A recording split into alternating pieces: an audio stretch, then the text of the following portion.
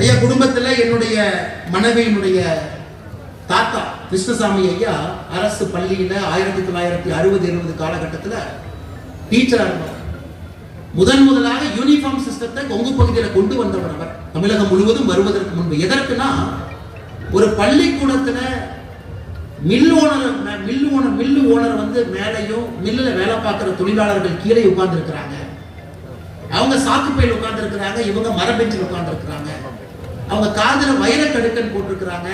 இந்த குழந்தைகள் எதுவுமே இல்லாம கீழே இருக்கிறாங்க என்பதை உடைப்பதற்காகத்தான் சீருடை கொண்டு வரப்பட்டது. சீருடை என்பது மத அடையாளங்களை மறைப்பதற்காக கொண்டு வரப்படவில்லை. சீருடை என்பது நம்முடைய சமுதாயத்துல ஜாதி ஏற்றத்தாழ்வு, பணக்காரன் ஏழை என்பதை உடைப்பதற்காகத்தான் பள்ளிக்கு சீருடை கொண்டு வரும்.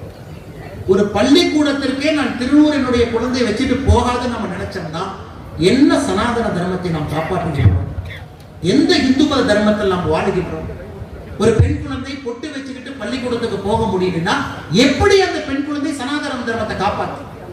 பள்ளிக்கூடத்துக்கு போகும்போது பொட்டை அழி, பள்ளிக்கூடத்துக்கு வெளியே வந்ததுக்கு அப்புறம் பொட்டை வெயினா நமக்கும் அண்ணன் திருமாவளவன் அவர்களுக்கும் என்ன வித்தியாசம் சொல்லுங்க. இப்ப திருமாவளவன் சொல்ற மாதிரி இல்ல வேர்வை அதிகமா வந்துச்சு அதனால லைட்டா தொடச்சேன். யாரு காதுல சுத்த வேண்டியதுலாம் நம்ம காதுல சுத்துறாங்க. அதனால்தான் அன்பு சொந்தங்களே, சீருடை அணியணும். அனைத்து மனிதர்களும் சமம் என்று நினைப்பவன் நான், நீங்க, நயினார் அண்ணன் இருக்கிற எல்லோரும்.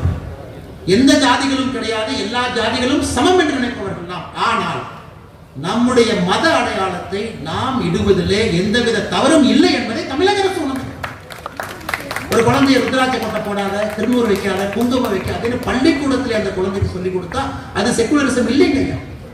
அது மத சார்பின்மை கிடையாது. அது ஒரு மதத்தை காலில் போட்டு மிதிப்பதற்கு சமம். அதனால நீங்க தைரியமா குழந்தைகளுக்கு நம்முடைய மத அடையாளத்தை நீங்க வெற்றி விடுங்க. குழந்தைகள் பள்ளிக்கூடத்துக்கு போகும், அந்த குழந்தைக்கு தெரியட்டும் இன்னொரு மதமும் முக்கியம் என்பதை சொல்லிக் கொடுக்கும். அது இஸ்லாம் மதமாக இருக்கட்டும், கிறிஸ்தவ மதமாக இருக்கட்டும், அந்த மதமும் முக்கியம் என்பதை சொல்லிக் கொடுக்கும். அந்த மதத்தையும் சமமா பாருன்னு சொல்லிக் கொடுக்கும். அது சொல்லிக் கொடுக்க வேண்டுமோ தவிர திருநூறு வைக்காத, ருத்ராட்ச கொட்டை போடாத என்று சொல்லிக் கொடுப்பது தவறான ஒரு வாதம். அன்பு சொந்தங்கள், நிச்சயமாக இதெல்லாம் நீங்க கவனத்தில் எடுத்துக்குவீங்க. வருகின்ற காலத்துல அரசியல் மாற்றம் சமுதாய மாற்றத்திற்கு மிக முக்கியமான ஒரு மாற்றம்.